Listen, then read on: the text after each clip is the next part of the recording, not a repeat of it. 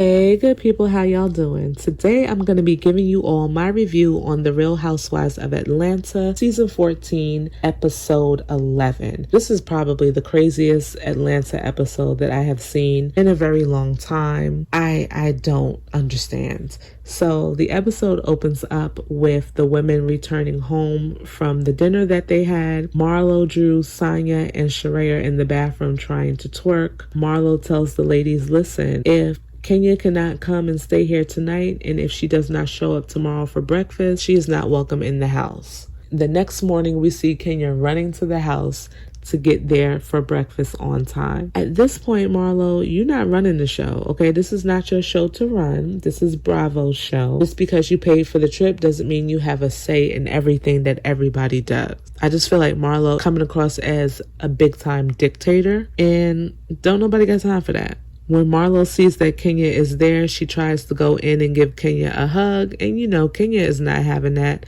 And I wouldn't be trying to do that either. I feel like that's so fake. Marlo says to Kenya, listen, when you have a chance, can you come and see me before we go? Kenya's like, okay. Marlo, Kenya is not a child. Why are you summoning her to your room to sit down and have a conversation? I think when she's ready to talk to you and you're ready to and you both are ready to receive what each other has to say, then that would be better. But right now, as soon as this woman gets to the house, you are so pressed about sitting down and having a conversation with her. And I think it's just another opportunity for Marlo to belittle Kenya. So I think Kenya is very wise for trying to avoid that situation and just really try to have a good time on this trip. So Marlo is getting her hair and makeup done, and she's on the phone with her manager, giving her the rundown about Kenya arriving. It's sad when you don't have friends that you can call, but you're calling your manager. Like, Marlo, we're going to have to get you some friends, girl. In order for you to have friends, you have to first show yourself to be friendly. And you really seem to struggle with doing that. Sonya and Kenya are downstairs talking. Miss Sonya, I know that you know right now you're in the wrong lane, inserting yourself in the business of Kenya and Marlo. You're not a peacemaker, and you certainly are not the one to try to bring these two women together. So Sonya is telling Kenya, listen, Marlo wants to sit down and talk to you. She has a gift for you. Why haven't you sat down and talked with her yet? Kenya's like, I don't have time for this. You know, she finds Marlo to be fake. 1 minute she loves you, the next minute she's saying derogatory things about you. Kenya is there for the rest of the women. She is not there for Marlo. I will say, I thought that this trip wasn't a trip to uplift Marlo's spirits. I thought that this was honestly just a trip for all of these women to come together and bond with each other. That's not the case. This is a trip to uplift Marlo's spirits. As they're talking, Kenya does make mention of the fact that Marlo kicked her nephews out. So she feels like, listen, if Marlo can do that to her nephews and claim that she loves them, who am I to her? As soon as Kenya and Sonya are done talking, Sonya runs right upstairs to go tell Sheree that she and Sheree need to go and have a sit-down conversation with Marlo. Sonya gets in front of Marlo and she tells her what Kenya had to say about her parenting towards her nephews.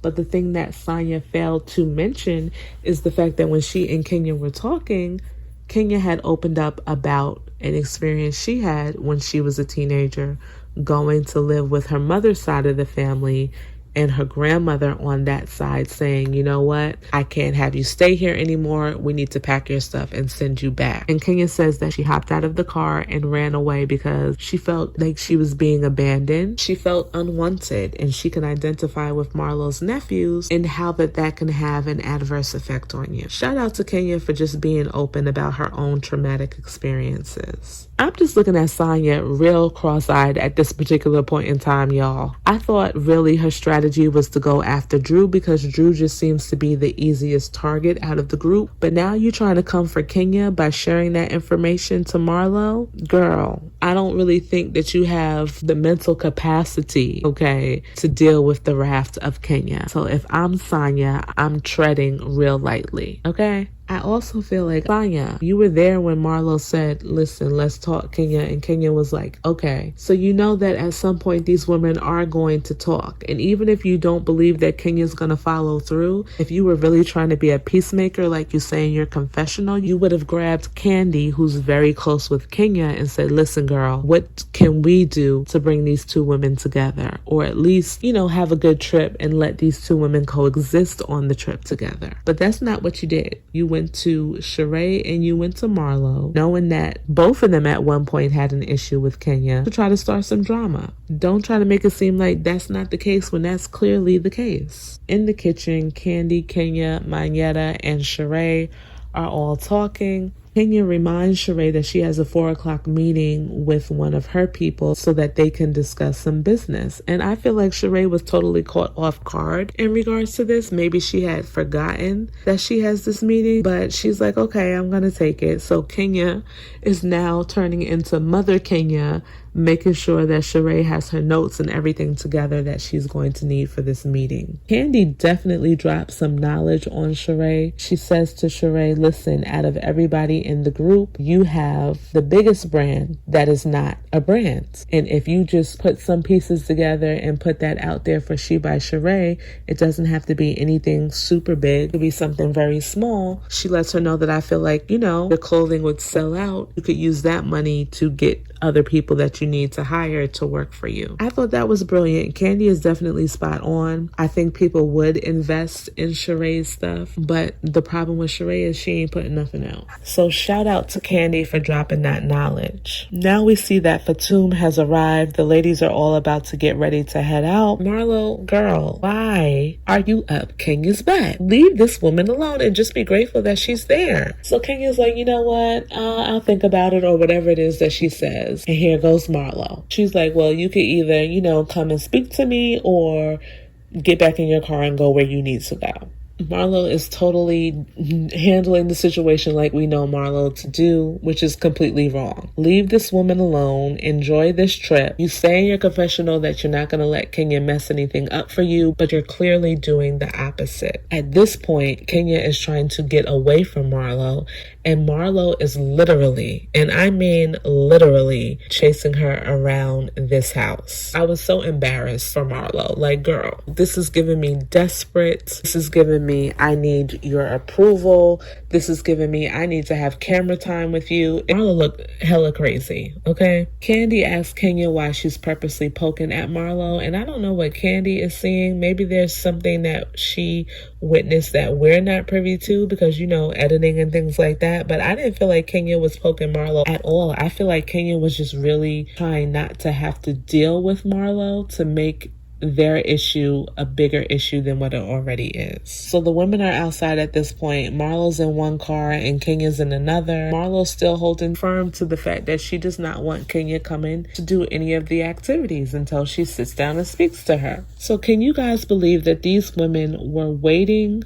for an hour and a half outside for Kenya and Marlo to figure it out? We have Sonya going over there trying to talk to Kenya, and Candy going over there trying to see what she could do with Marlo. Sonya comes over to Kenya and she's like, Kenya, can't you just talk to Marlo so that we can all get on the road? And Kenya's like, girl, get out of my face. Yeah, she just spoke to me. I'm 100% with Kenya. How you going to come over there, Sonya, and try to convince Kenya to speak to Marlo? This is what I'm talking about. Please stay in your lane and mind your business. Please. Sonya says in her confessional she's feeling just like Marlo felt because she's feeling like Kenya is dismissing her and being disrespectful to her. So how come you didn't tell Kenya in that moment that's what you were feeling, Miss Sonya?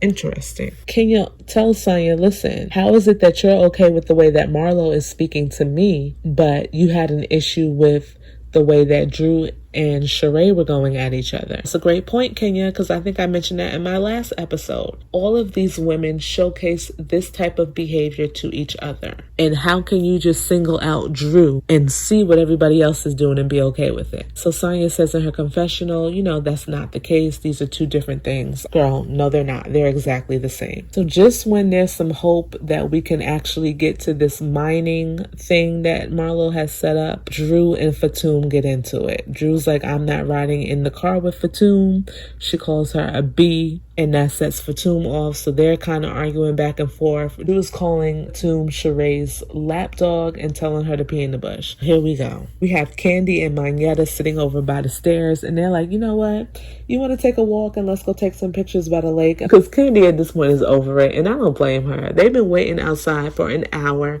and a half. That is absolutely ridiculous. Marlo goes inside. She's in her room, upset. Sheree comes in there, and Marlo has tears in her eyes and saying that she's upset. She didn't want any drama on this trip, and here they are. Sheree's trying to cheer her up and by saying, come on, let's go or whatever. So she finally gets Marlo up. Sheree is joined by Sonya, and their plan is just to go ahead and go mining. Outside, we have Monyetta, Fatum, and Kenya. They're all jumping on the trampoline. Somebody suggests that Marlo should jump on the trampoline as well. So Marlo's like, I'm going to wait for that devil to get off of the trampoline, of course.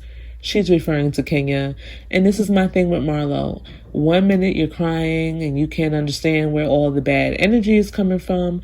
And then the next you're calling people out of their name. It's like you have two different personalities. What's going on with you, Marlo? Marlo and Sheree eventually get on the trampoline. And I'm looking at Sheree like, girl, what happened to the boot you had on just yesterday? I thought your foot was messed up. Anywho, they jump in, and I guess the jump in was good for Marlo because she now decides that Kenya could come and go mining with them. When the women arrive, I just feel like this place is totally not the place for them. I'm getting they don't want you here type of vibes from this man in the shop. And of course the camera pans in on a Trump sign and it all makes sense to me. We see eventually Kenya must have taken that Trump sign down and brings it to the man, and she's like, oh, I'm sorry, sir, this fell down, so I do apologize, here you go. I thought that was hilarious. Only Kenya Moore could get away with something like that. As the women are looking for the rocks or whatever, Drew is sitting down and Fatum comes over to where Drew is sitting at, and Drew just gets up like she can't be bothered with Fatum. So that sets Fatum off, and right in front of this man who already clearly don't get down with people that look like us, they about to get it in. And I'm just like, ladies, can't y'all behave yourselves even in this type of establishment? Really? You already know how this man must feel about you. Women go back to the house and Marlo tells Sheree, listen, I just don't have the energy. I just don't have anything to give this whole situation with these women. Like, this is just too much for me. I'm ready to just pack my bags and go. So she tells Sheree to gather all of the women and have them get together so that they can have a meeting. When all of the women are together, Marlo tells them that she feels worse now than she did when she first left to go on the trip. She felt like there was good energy pretty much before Kenya came, and that energy has shifted. Here we go, still with Drew and Fatum.